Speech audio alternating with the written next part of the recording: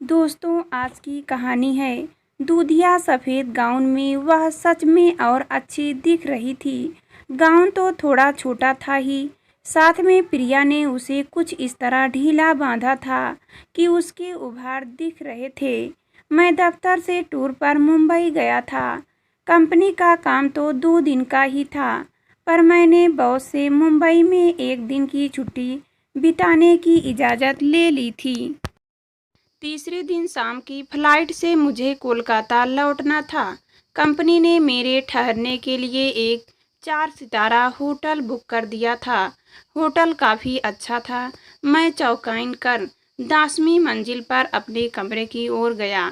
मेरा कमरा काफ़ी बड़ा था। कमरे के दूसरे छोर पर शीशे के दरवाजे के उस पार लहरा रहा था अरब सागर। थोड़ी देर बाद ही मैं होटल की लॉबी में सोफे पर जा बैठा। मैंने वेटर से कॉफ़ी लाने को कहा और एक मैगजीन उठाकर उसके पन्ने यूं ही तस्वीरें देखने के लिए पलटने लगा। थोड़ी देर में कॉफ़ी आ गई तो मैंने चुस्की ली। तभी एक खूबसूरत लड़की मेरे बगल में आकर बैठी। वह अपने आप से कुछ बाके जा रही थी। उसे देखकर कोई भी कह सकता था कि वह गुस्से में थी। मैंने थोड़ी हिम्मत जुटाकर उससे पूछा, कोई दिक्कत आपको? इससे क्या लेना देना? आप अपना काम कीजिए। उसने रूखा सा जवाब दिया। कुछ देर में उसका बड़बड़ाना बंद हो गया था।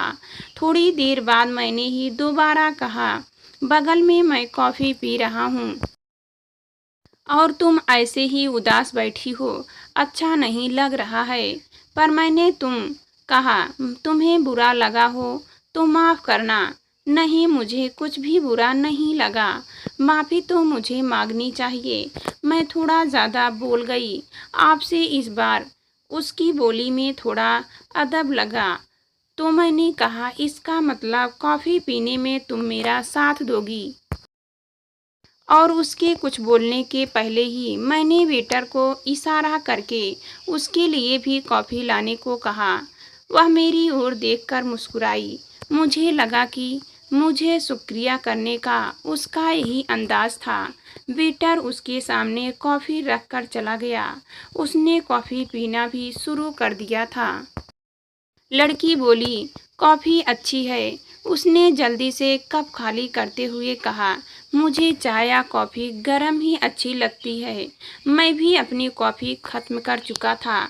मैंने पूछा, किसी का इंतज़ार कर रही हो?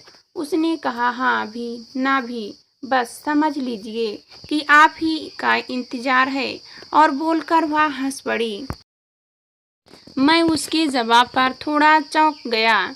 उसी समय वेटर कप लेने आया तो मुस्कुराकर कुछ इशारा किया जो मैं नहीं समझ पाया था। मैंने लड़की से कहा, तुम्हारा मतलब? मैं कुछ समझा नहीं। सब कुछ यही जान लेंगे, क्यों ना आराम से चल कर बातें करें। बोलकर वह खड़ी हो गई। फिर जब हम लिफ्ट में थे तब मैंने फिर पूछा, तुम गुस्से में क्यों थी?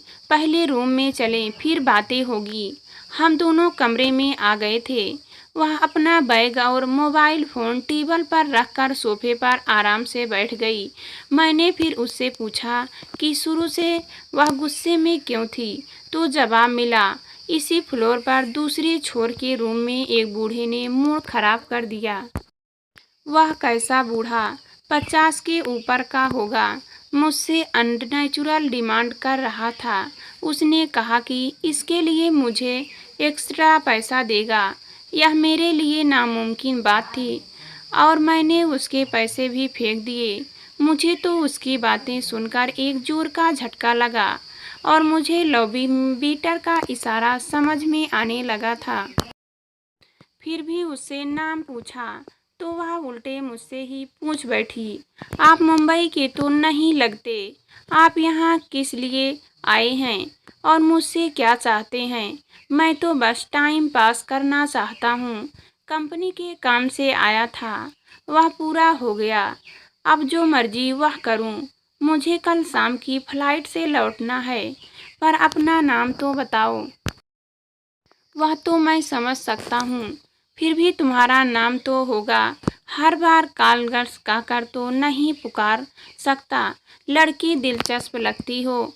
जी चाहता है कि तुमसे ढेर सारी बातें करूं। रात भर आप मुझे प्रिया नाम से पुकार सकते हैं, पर आप रात भर बातें करें या जो भी, रेट तो वही होगा। पर बूढ़े वाली बात नहीं, पहले ही बोल देती हूँ। लड़की बोली। मैं भी अब उसे समझाने लगा था। मुझे तो सिर्फ टाइम पास करना था और थोड़ा ऐसी लड़कियों के बारे में जानने की जिज्ञासा थी। मैंने उससे पूछा, कुछ कोल्ड ड्रिंक वगैरह मंगाऊं? मंगा लो, प्रिया बोली। हाँ, कुछ सीख कबाब भी चलेगा। तब तक मैं नहा लेती हूँ। बाथरूम में गाउन भी है। यह तो उस अच्छी बात है, क्योंकि हमाम से निकलकर लड़कियां अच्छी लगती हैं। क्यों, अभी अच्छी नहीं लग रही क्या? प्रिया ने पूछा। नहीं, वह बात नहीं है। नहाने के बाद और अच्छी लगोगी। मैंने रूम बॉय को बुलाकर कबाब लाने को कहा। प्रिया बाथरूम में थी। थोड़ी देर बाद ही रूम बॉय कबाब लेकर आ गया था। मैंने 2 लोगों के लिए डिनर भी ऑर्डर कर दिया। इसके बाद मैं न्यूज़ देखने लगा। तभी बाथरूम से प्रिया निकली। दूधिया सफ़ेद गाउन में वह सच में और अच्छी दिख रही थी। गाउन तो थोड़ा छोटा था ही, साथ में प्रिया ने उसे कुछ इस तरह ढीला बांधा था कि उसके उभार दिख रहे थे।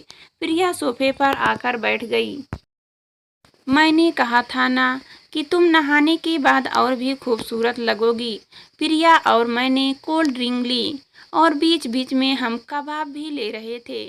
मैंने कहा, कबाब है और सबाब है तो समा भी लाजवाब है।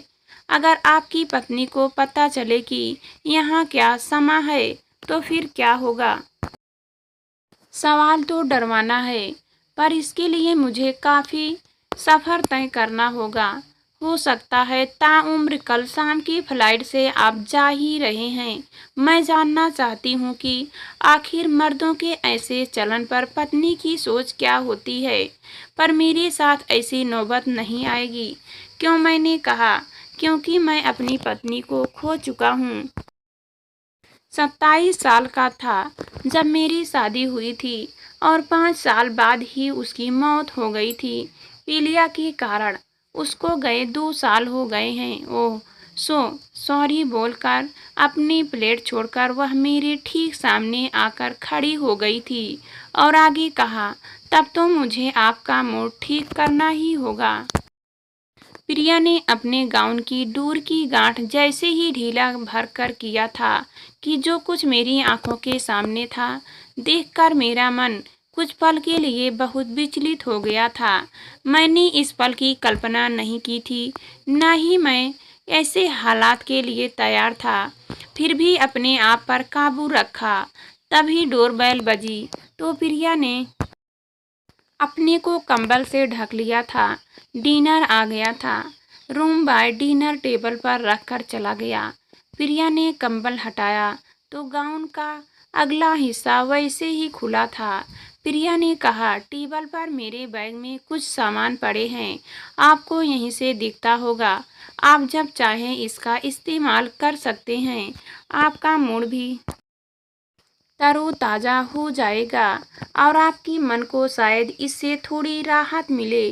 जल्द क्या है, सारी रात पड़ी है। हाँ, अगर कल दोपहर तक फ्री हो तो और अच्छा रहेगा। इतना कहकर मैं भी खड़ा होकर उसके गाउन की डोर बांधने लगा तो वह बोली, मेरा क्या, मुझे पैसे मिल गए। आप पहले आदमी हैं जो सब आपको ठुकरा रहे हैं। वैसे आपने दोबारा शादी की और आपका कोई बच्चा, वह बहुत पर्सनल हो चली थी, पर मुझे बुरा नहीं लगा था। मैंने उससे पूछा, डिनर लोगी क्या? अभी थोड़ा रुक सकते हैं, तब तक कुछ बातें करते हैं। ओके, अब पहले तुम बताओ, तुम्हारी उम्र क्या है और तुम यह सब क्यों करती हो? पहली बात, लड़कियों से कभी उम्र नहीं पूछते हैं। मैं थोड़ा हंस पड़ा। तभी उसने कहना शुरू किया, ठीक है, आपको मैं अपनी सही उम्र बता ही देती हूँ। अभी मैं 21 साल की हूँ। मैं सच बता रही हूँ। और कुछ लोगी, अभी और नहीं, आपके दूसरे सवाल का जवाब थोड़ा लंबा होगा, वह भी बता दूंगी, पर पहले आप बताएं कि आपने फिर शादी की। आपकी उम्र भी ज़्यादा नहीं लगती है। मैंने उसका हाथ अपने हाथ में ले लिया और कहा, मैं अभी 34 साल का हूँ, मेरा कोई बच्चा नहीं है। डॉक्टरों ने सारे टेस्ट लेकर के बता दिया है कि मुझ में पिता बनने की ताकत ही नहीं है। अब दूसरी शादी करके मैं किसी औरत को माँ बनने के सुख के लिए तरसता नहीं छोड़ सकता। इस बार प्रिया मुझसे गले मिली और कहा, यह तो बहुत बुरा हुआ। मैंने उसकी पीठ थपथपाई और कहा, दुनिया में सबको सब कुछ नहीं मिलता, पर कोई बात नहीं।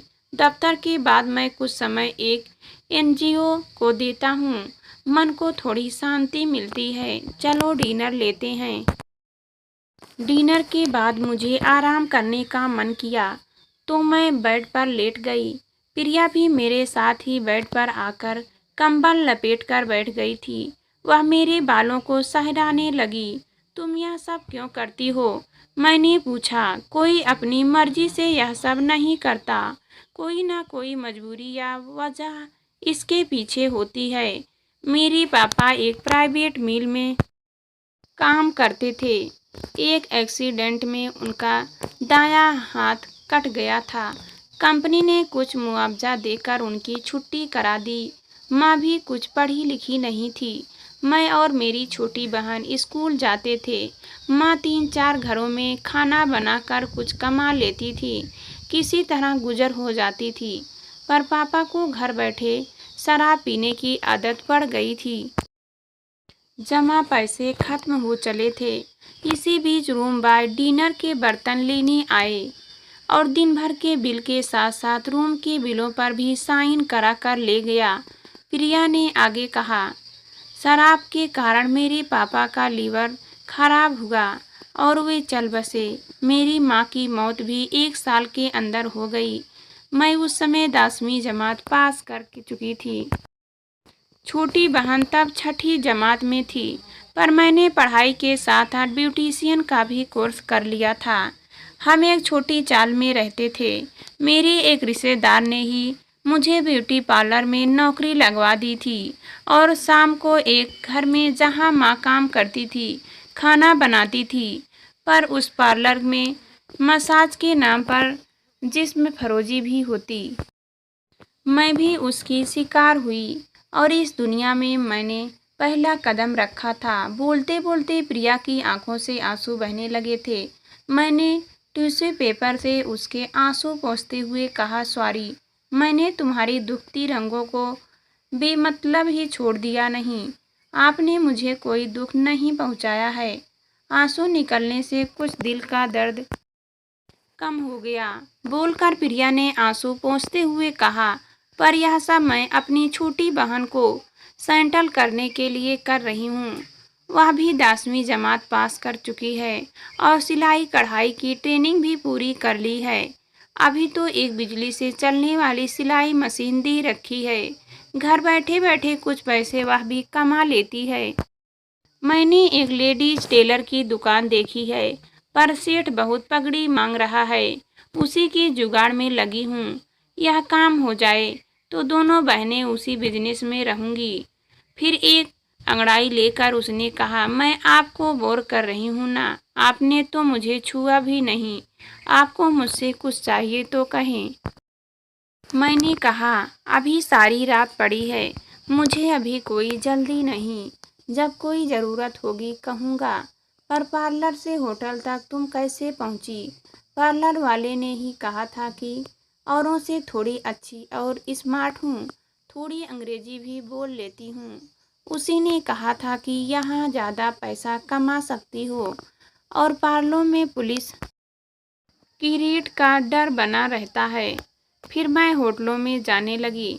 इसके बाद प्रिया ने ढेर सारी बातें बताई, होटलों की रंगीन रातों के बारे में। कुछ बातें तो मैंने पहले भी सुनी थी।